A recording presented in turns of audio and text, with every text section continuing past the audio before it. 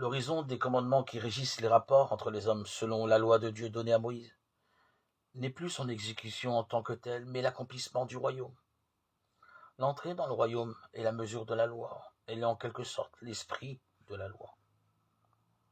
La loi nouvelle que dicte Jésus est à la fois semblable aux 10 commandements et foncièrement différente. Semblable car elle s'appuie sur eux. Le meurtre, l'adultère, la répudiation, le mensonge sont bannis. Mais la loi qui dicte Jésus dépasse les décrets d'application ou les rubriques. Elle est sans partage en ce qui concerne l'essentiel. Elle met en avant la réconciliation entre les personnes, la vérité du cœur et la fidélité à la parole donnée. Aussi, avant les rituels et les règles à observer, c'est la totalité de la démarche qui est examinée. La loi ne relève pas d'abord de règles extérieures, même si celles-ci demeurent, mais d'une exigence et d'une régulation intérieure qui ne connaît pas de marchandage ou de demi-mesure. C'est donc à la source des actes que nous posons que l'Évangile invite à remonter. Il n'est pas besoin d'actes extrêmes pour comprendre que la conversion demandée par Jésus concerne la totalité de notre existence.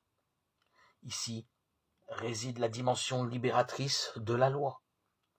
En effet, encore une fois, il ne s'agit pas d'un catalogue de prescriptions à observer dont les manquements seraient à décliner dans un confessionnal.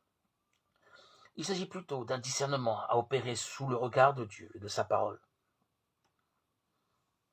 La formule de la lettre de Paul aux Corinthiens l'exprime parfaitement. L'Esprit scrute le fond de toute chose, même les profondeurs de Dieu, ce qui met en évidence ce qui, en nous, vient du mauvais, et, en dernier ressort, la confrontation avec l'amour profond de Dieu. Dieu qui veut habiter les cœurs droits et sincères, donne-nous de vivre selon ta grâce.